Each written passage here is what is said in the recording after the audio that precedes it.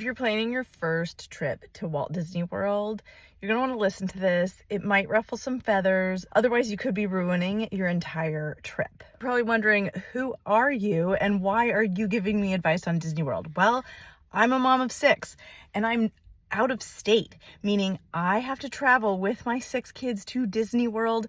I have traveled with them. I have done solo trips. I have done trips with girlfriends who have never been, and I have done trips with girlfriends who are big Disney adults like me. So mindless to say, I've done a lot of trips to Disney World. I've taken all different groups. I've taken all different aged kids from infant down up to teenagers. I know a bit what I'm talking about when it comes to Disney World. I'm also a huge planning nerd and all about maximizing my trip because, again, I've got to travel across the country to go to Disney World. So let's get into what you really need to know for your Disney World trip. The success of your Disney trip is more impacted by what you do before you even leave your house than what happens during your trip.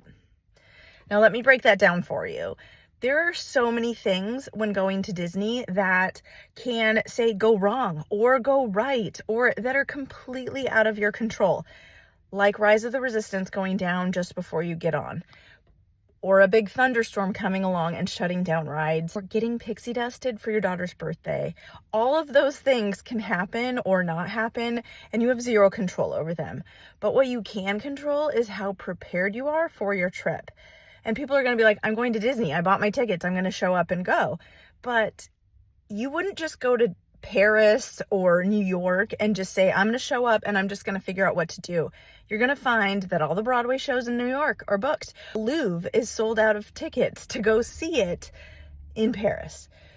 Disney World is the same way. If you haven't done your research, you're just going to be disappointed. You need to know how the My Disney Experience app works. You need to understand that certain rides have different height requirements so that you don't tell your son, like, get them hyped for this ride called Tron and only to find out they're too short for the ride. So all this to say that planning beforehand will make or break your trip.